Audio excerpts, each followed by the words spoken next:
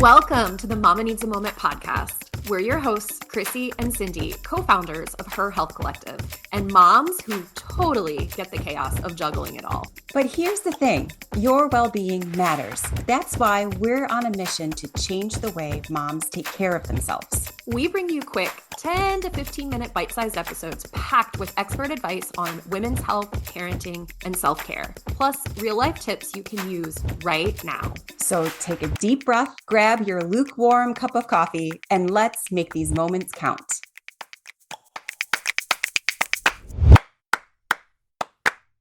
Today's guest is a woman on a mission to redefine how we think about work, motherhood, and the spaces in between. Garla Glover Smith is a career coach and the co-founder of Smart Moms, a boutique recruiting and coaching firm that has been connecting businesses with talented professional moms long before remote work was trending.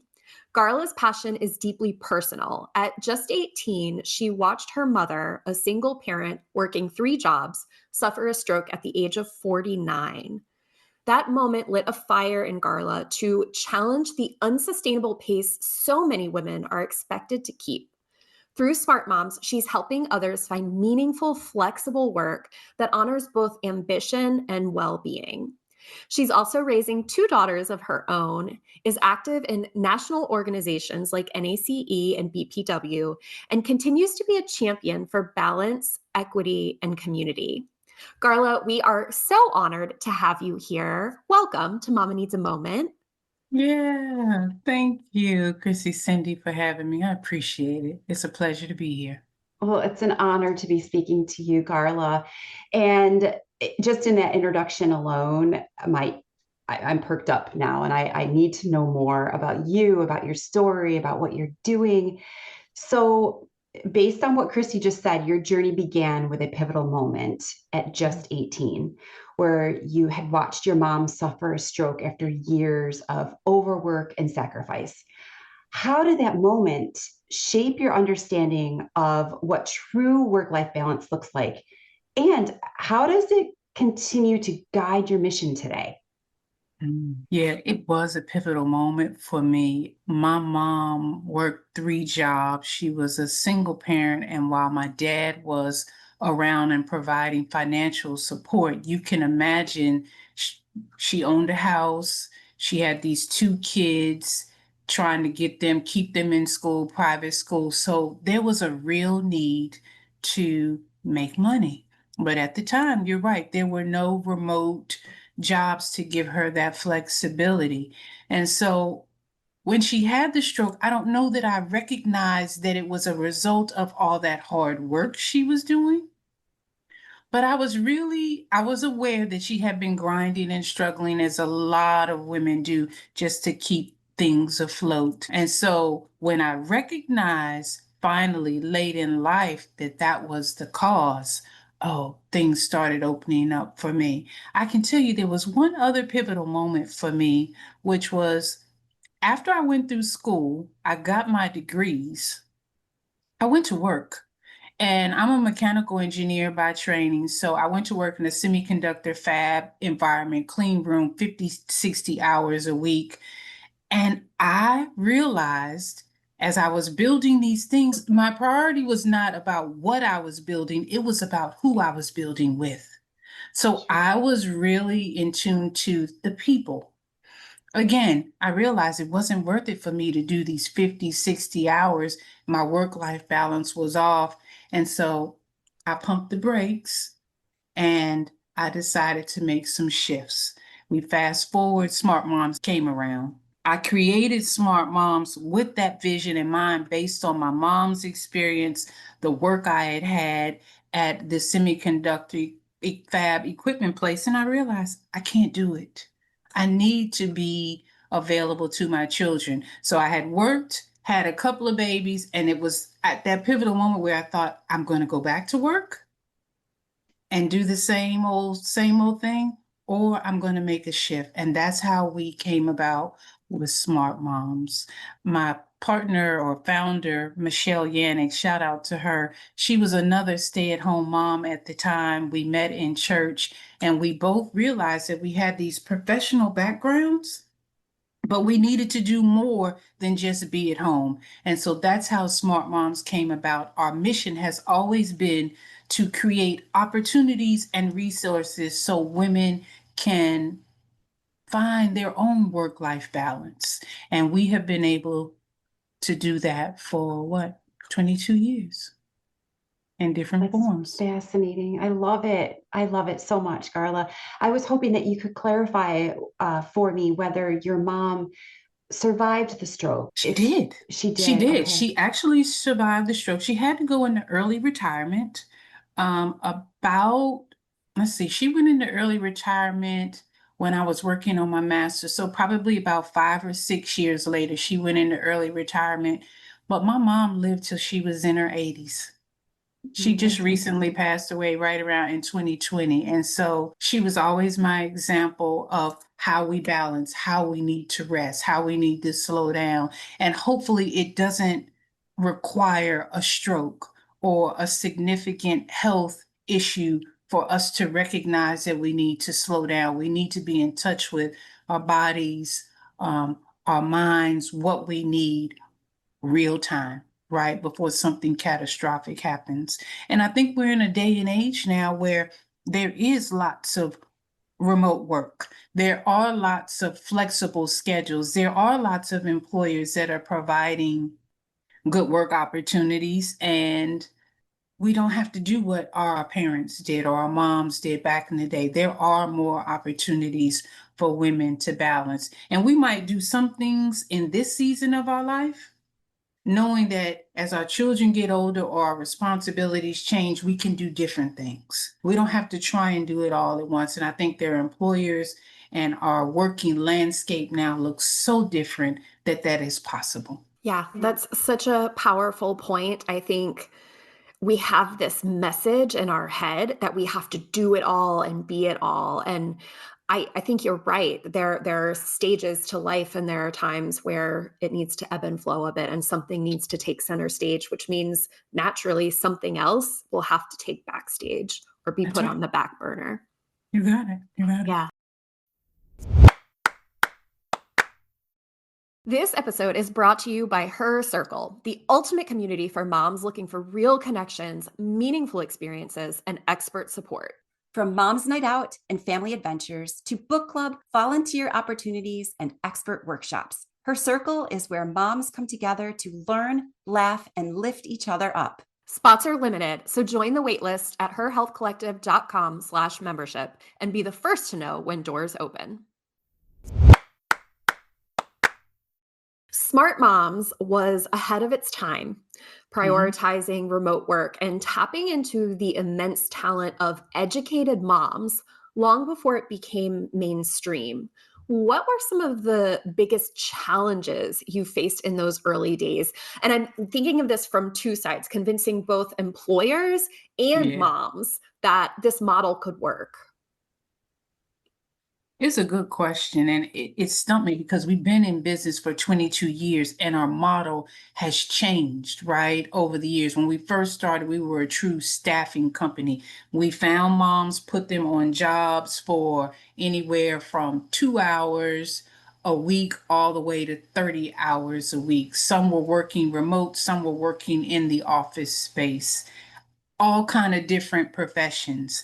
And the one thing that I found consistently with some employers, but not all, was they needed some conversation around moms and their commitment, their commitment to the company, their commitment to the organization.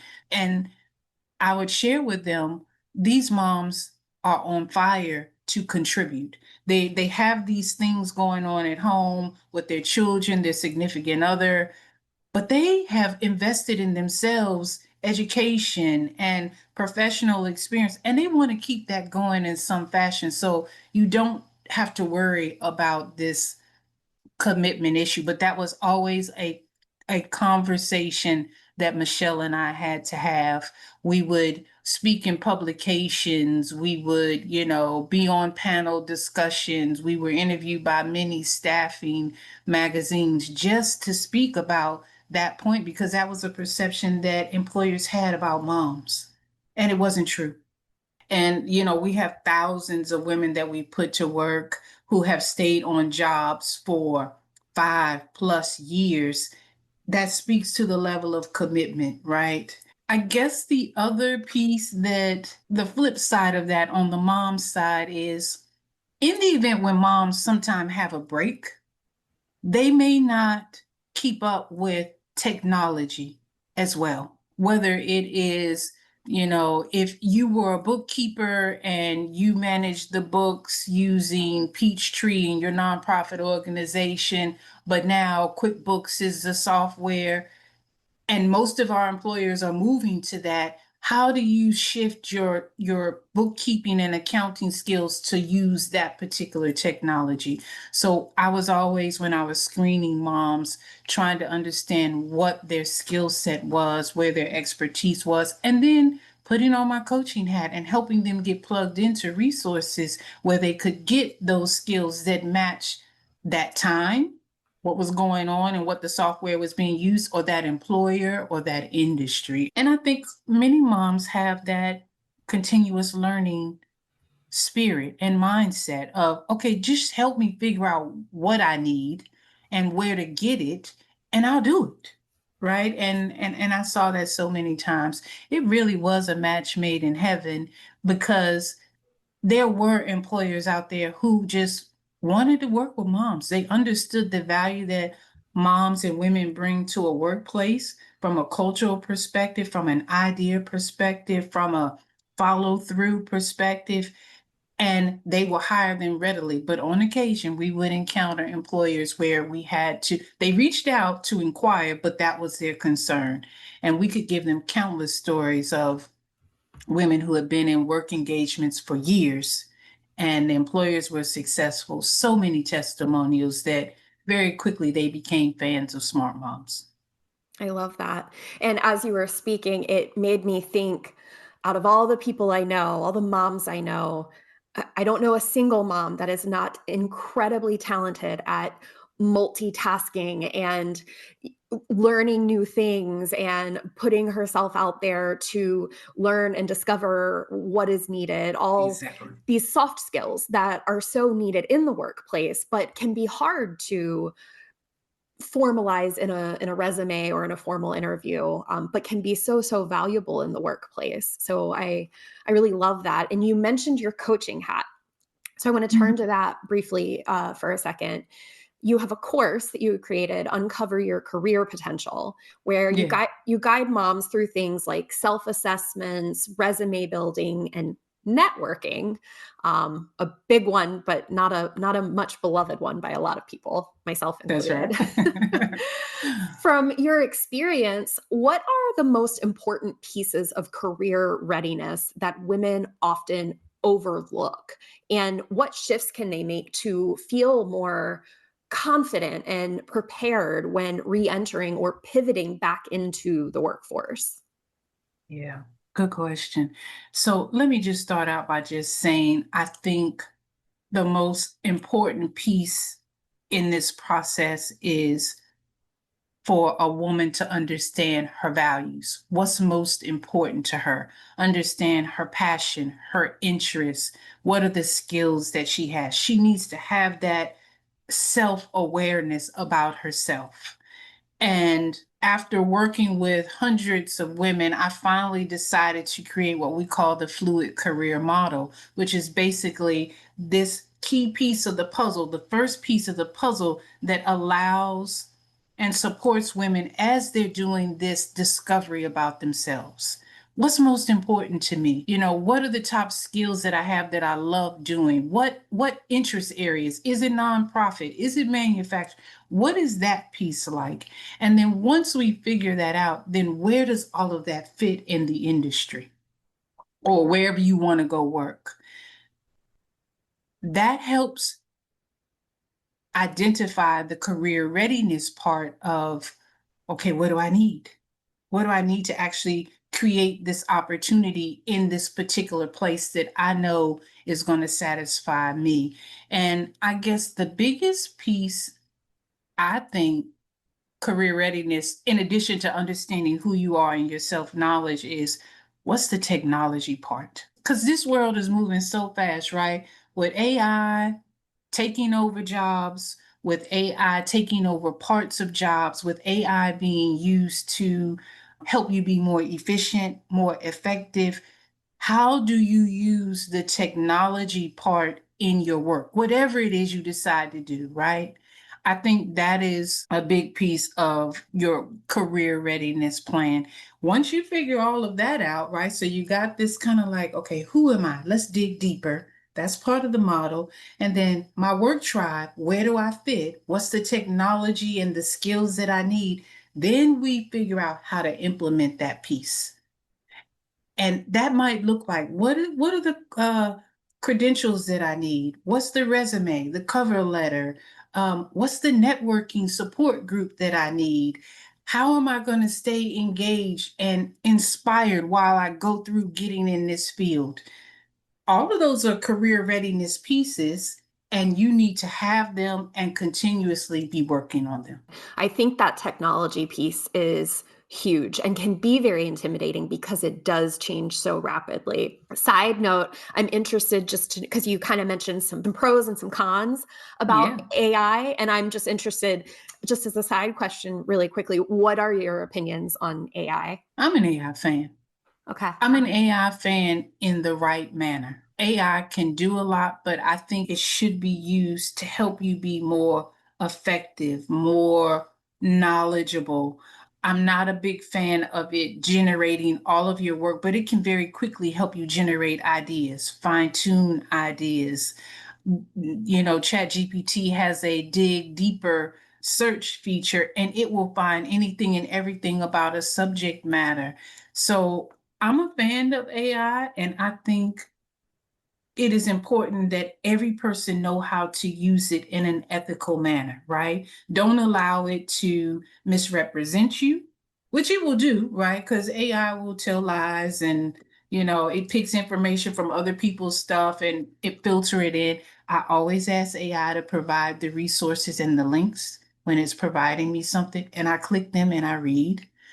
But I think it can help us do so much more in a quicker time frame. And so I'm a proponent of AI. We mentioned technology skills, but you're right. The durable skills, the soft skills, right? Your speaking skills, your critical thinking skills, those are all pieces of the career readiness puzzle that might be needed. But I think because things are changing so fast, technology is the one you got to be deliberate and intentional to keep up with. Very true. Very, very true. And you brought up a really good statement about being ethical. And sometimes that crosses the line because AI can be so efficient, help you be so efficient that sometimes you want to skip that ethical piece and just take it at face value and use all the information that you can get from it, when in reality, we probably should slow down. It can make mistakes. Check it. That's right. Yeah, and Oh, check it. that's right. That's right. Sometimes I'll challenge AI and I'll say, is that true?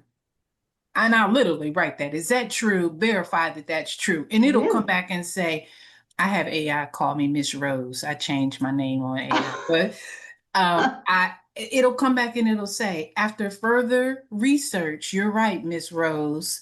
This particular thing is not true, but here's what I found that is more recent. So Really? yeah, you gotta check AI and challenge it sometimes. Okay. Well, that's Yeah, good information to know. especially if you're doubting it, right? It's like something like, I don't know if that's right. I don't Uh, know. Challenge it and ask for the references, the reference links. Very cool. Yeah, Thank you for that. So you yeah. and I actually have a couple things in common. Okay.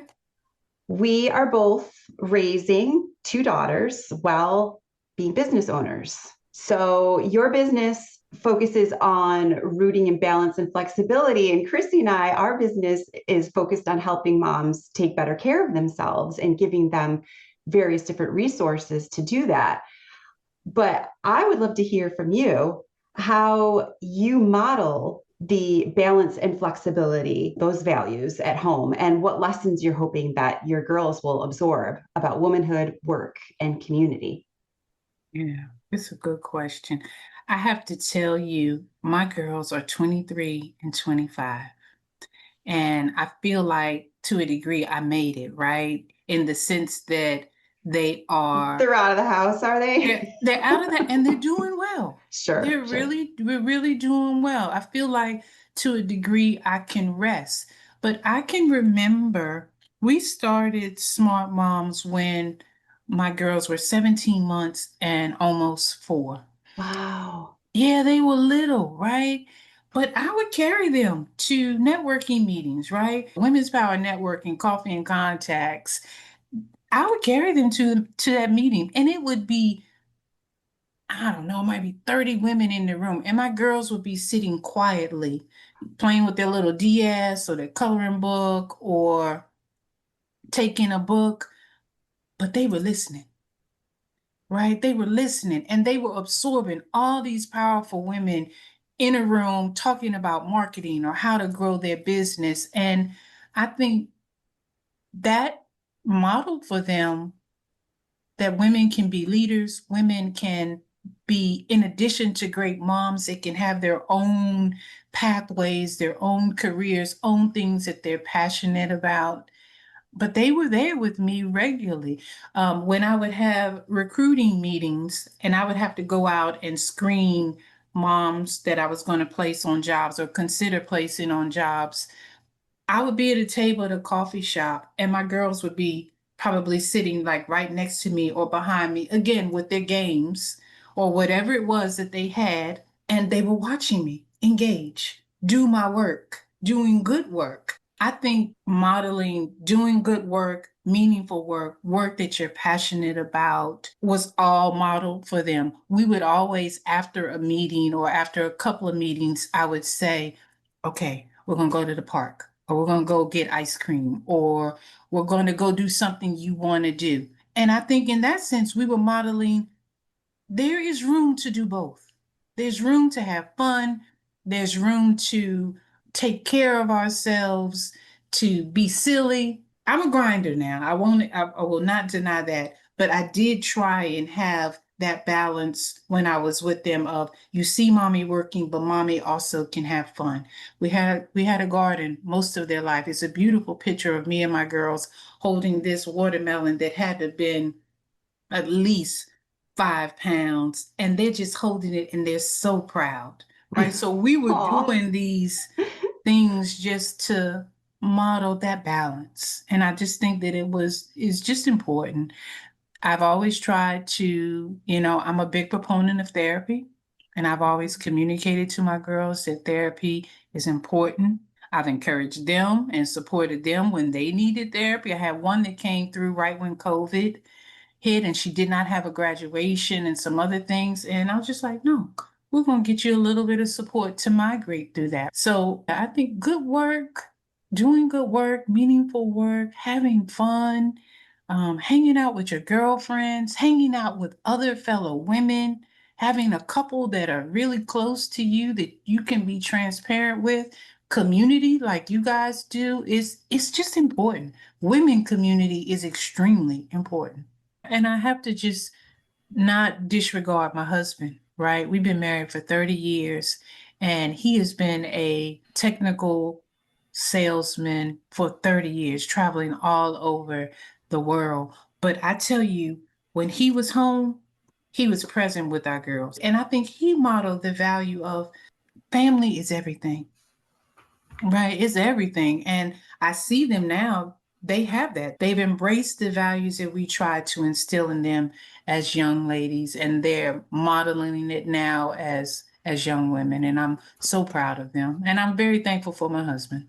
Yeah, having that support system makes a big difference. It's definitely a big factor. You had mentioned community, and that's the business we're in. And, Yeah. it's such a powerful factor as well. In addition, it's a source of support.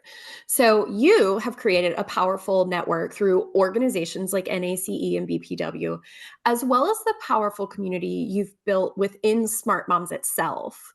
In Yeah. your experience, what are the most overlooked ways women can use community and collaboration to create sustainable careers that honor both their ambition and their well-being. A huge shout out to our Patreon subscribers. Your support truly means the world to us. Thanks to you, we are able to continue the weekly production of Mama Needs a Moment and getting this valuable information from these incredible guests out to you, our listeners. This final question has been recorded as a bonus and is available for our Patreon subscribers to go listen to right now. Be sure to log into your Patreon account and have a listen. If you're not a subscriber, we'd love to have you. The link is in the show notes. Garla, it's been a pleasure, such a joy to spend this time with you. Thank you very much for Thank all you. that you've offered and your knowledge and expertise, and especially the way that you are touching community and helping moms. We really appreciate you. Yeah, I appreciate you guys too. I look forward to us continuing to collaborate and support one another. Thank you, Garla. That's a wrap. You carved out a few moments just for yourself, and that's a big deal. We understand that time is limited, but we've got your back, which is why we keep these episodes short, sweet, and packed with goodness. Don't miss a thing. Hit the follow button so you're always the first to know when a new episode drops. If you had as much fun as we did, let us know by leaving a review.